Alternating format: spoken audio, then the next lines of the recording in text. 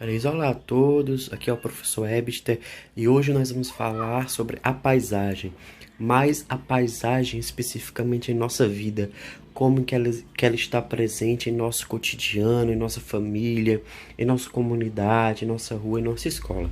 Se você for observar a imagem que está aí, vai aparecer vários pequenos círculos com várias cores. É justamente isso que nós vemos na paisagem. Nós vemos uma quantidade enorme de coisas, de casas, de pessoas, de árvores, de cores.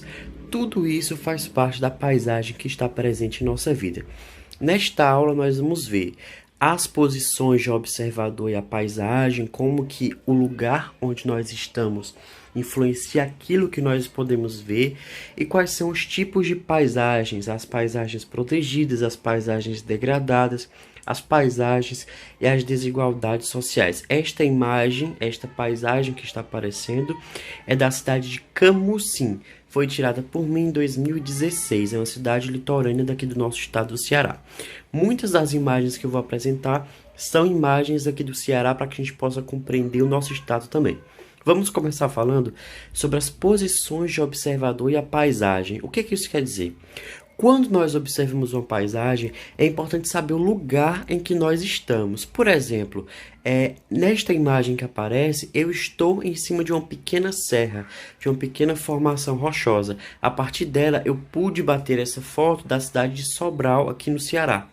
Como eu estava numa região elevada, eu pude ver vários bairros da cidade, prédios, ruas, a serra lá no fundo. Como eu estava num local elevado, eu pude ver uma maior quantidade de elementos da paisagem.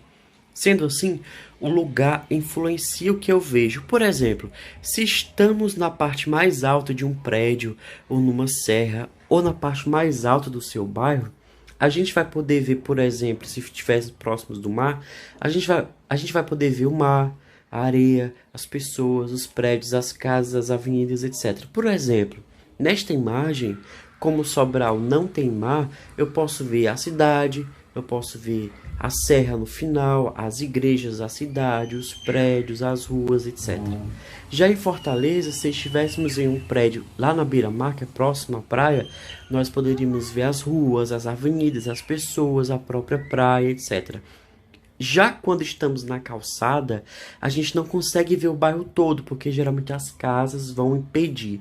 Por exemplo, se você sair da sua casa e andar pela calçada, andar na rua, você vai ver pr- praticamente a sua rua. Você não vai conseguir ter uma ideia geral do seu bairro. Quando você sobe no local mais alto do seu bairro, aí você vai ter ideia geral. Por exemplo, nesta imagem eu estava dentro dos locais mais altos da cidade e eu pude ver, portanto, uma quantidade grande de elementos da paisagem. Como, por exemplo, agora nesta imagem, que é a mesma anterior que eu dei o exemplo. Entretanto, essa outra imagem também é de Sobral, mas ela fica numa posição diferente. Agora eu estou no nível do meu olho, do nível como se eu estivesse caminhando. À direita fica o rio, temos calçadas, temos árvores, e essa é a visão que nós temos ao caminhar. Ou seja, a gente vê poucos elementos da paisagem. Se estivéssemos em um avião vendo este mesmo local, a gente poderia ver a cidade praticamente toda. Iríamos ver uma maior quantidade de rio e de elementos da paisagem. Ou seja, a paisagem muda de acordo com o lugar em que estamos. Se estamos em um local baixo, a gente vai ver uma pouca quantidade de coisa. Se estamos em um prédio que é alto, ou se estamos em uma serra, em uma montanha, etc., a gente vai ver uma maior quantidade de elementos. Quanto mais elevado for, maior a quantidade de elementos da paisagem que você vai ver. Por exemplo, aqui na imagem A e B do livro de vocês, nós temos a mesma paisagem vista de duas formas diferentes, que é o Pão de Açúcar no Rio de Janeiro. Aqui no A, à esquerda, nós vemos a visão que as pessoas que estão caminhando têm. Já à direita, nós vemos a visão de quem está, por exemplo, vendo a partir do Cristo Redentor, que fica em cima de uma serra de mais de 600 metros de altitude.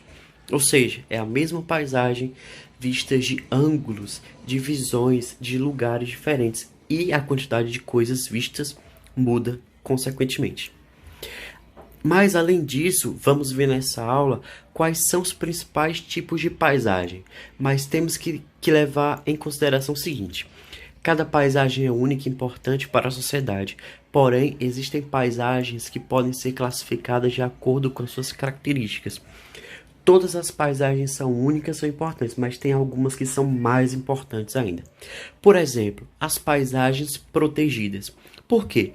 Tanto as paisagens naturais, os rios, as serras, as praias, as montanhas, quanto as culturais, como praças, estátuas, igrejas ou cidades inteiras, podem ser protegidas. Mas por quê?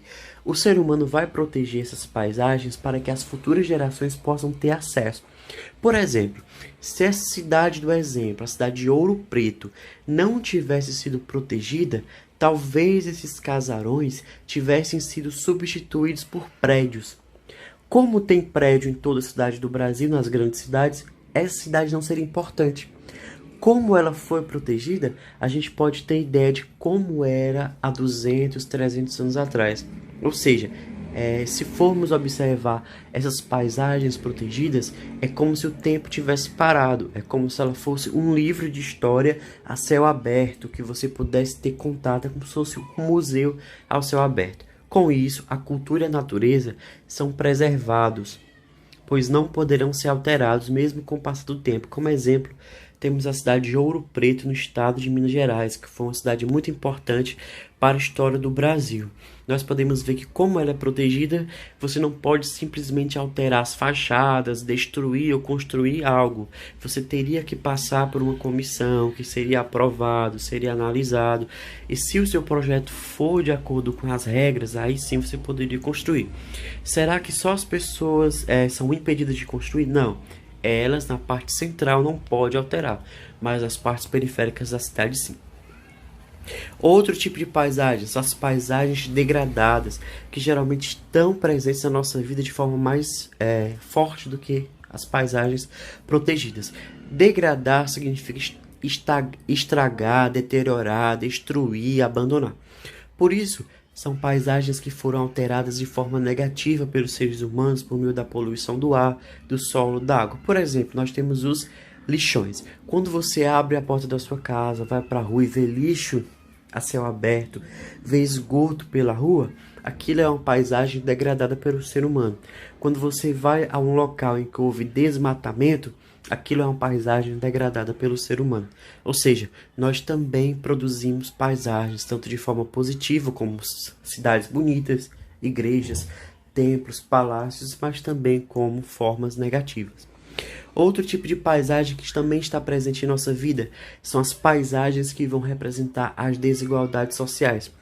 Como as paisagens também são fruto das ações humanas, nós humanos construímos sociedades muito desiguais, sociedades injustas. Por isso que nas cidades nós vemos as desigualdades de forma muito latente, de forma muito perceptível nas paisagens. Por quê? Porque a maioria dos bairros existem casas muito boas, casas grandes, mas também existem pessoas que moram em situação de rua. Existe lixo na rua, existe falta de saneamento básico, enquanto tem bairros que só tem prédios de luxo, condomínios fechados. Dentro desses mesmos bairros, há pessoas em situação de pobreza. Portanto, nas cidades, as desigualdades são visíveis na paisagem da maioria dos bairros. Prédios de luxo ao lado de comunidades carentes, ruas asfaltadas próximas a lugares com esgoto à mostra, com condomínios fechados e pessoas em situação de rua. Isso tudo vai nos dar o exemplo das desigualdades sociais que nós podemos ver na paisagem, como aqui nesta paisagem de São Paulo. Essa imagem não foi editada, ela é realmente assim.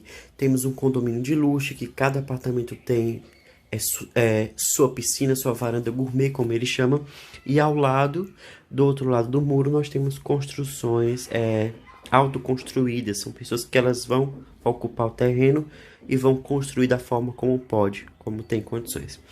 Muito obrigado, pessoal. Façam as atividades do formulário e do vídeo e do livro também. E semana que vem a gente vai resolver.